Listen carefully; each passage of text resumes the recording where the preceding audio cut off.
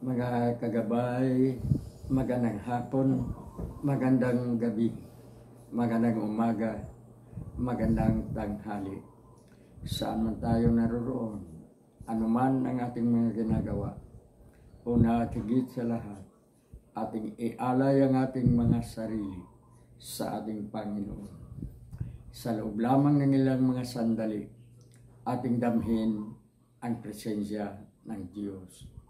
Sumasa atin ang pagpapala, ang biyaya, ang pag-ibig, at ang kapayapaan ng Ama, ng Anak, at ng Espiritu Santo, nabubuhay at naghahari, iisang Diyos, magpas sa walang hanggan.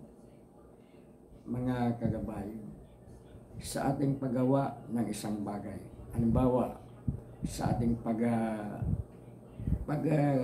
sa mga gawaing bahay, ito, paglaba, pagluto, o anong mga gawain, o kaya sa ating mga hanap buhay, sa lahat ng ating mga ginagawa, ito ang tanong.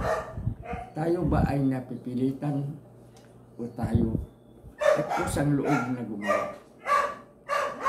Kapag tayo ay napipilitan, tiyak na hindi maganda, wala tayong kasiyahan. Halimbawa, napilitan nating tapusin sa loob ng 5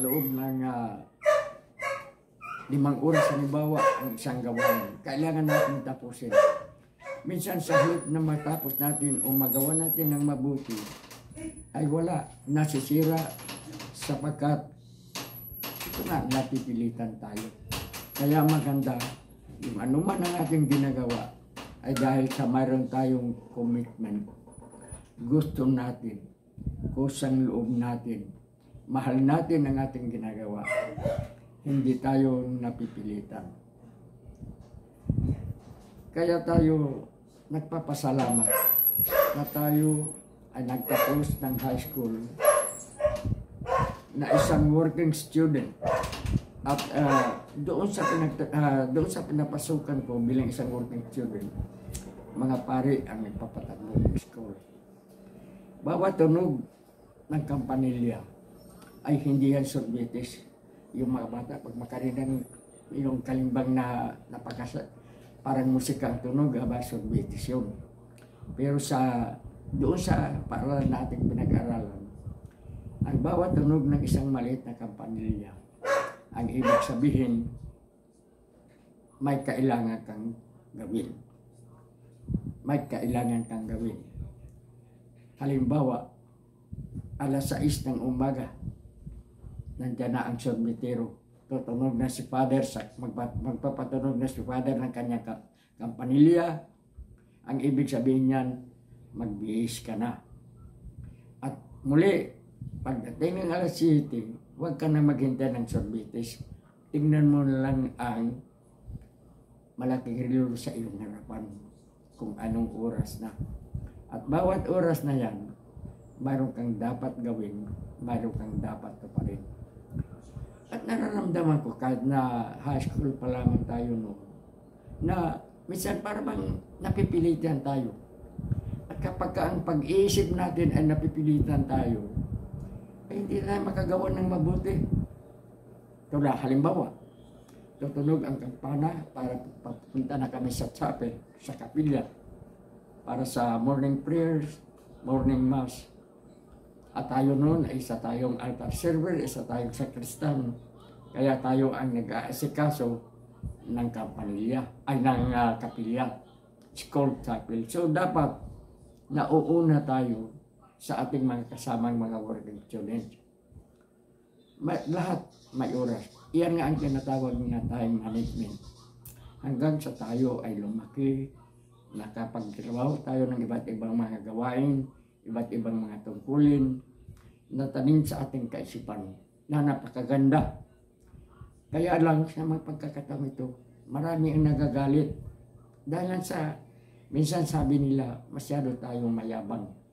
Halimbawa, noong ating kabataan na tayo ay naglilingkod bayan bilang isang Rotarian o isang Kiwanyan, pag tayo ang tayo ang in charge ng program, Pagdating ng ganitong oras, talagang oras yan.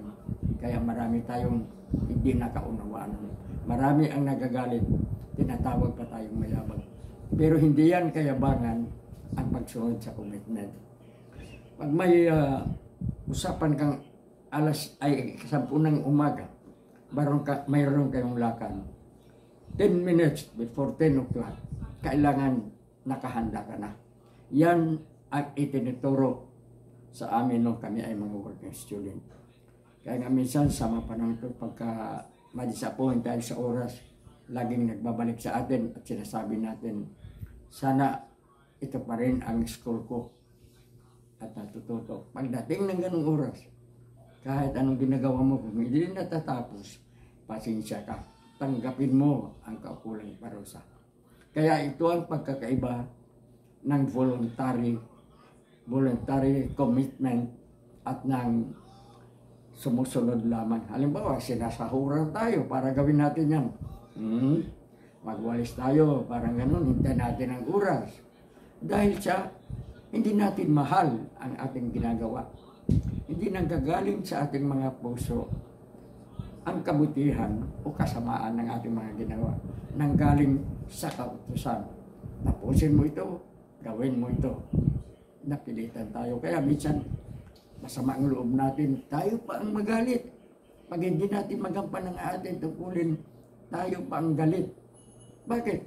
Sapagkat hindi natin natapos na masama ang ating loob. Ngunit kapag tayo ay committed, kahit anong ating gagawin, magampanan natin ng maayos, magampanan natin ng maganda. Pag-aralan natin ang pinakamagandang time management. Kaya doon tayo nagpapasalamat yung minsan noon, naalala pa natin na magagalit tayo kay Father. Masyado namang mahigpit ito si Father na ito. Siya dito, ako dyan sa kanya, kung kaya niya ito. Pagka hindi namin magawa ang isang bagay. Pero pag committed ka na, nasanay ka na, kusa kang kikilos, masaya ka, wala kang reklamo, no problem. Sapagkat kung may lakad ka halimbawa ng alas 7 ka rin magbihis. Magkatapos kang magbihis, 7:30 na.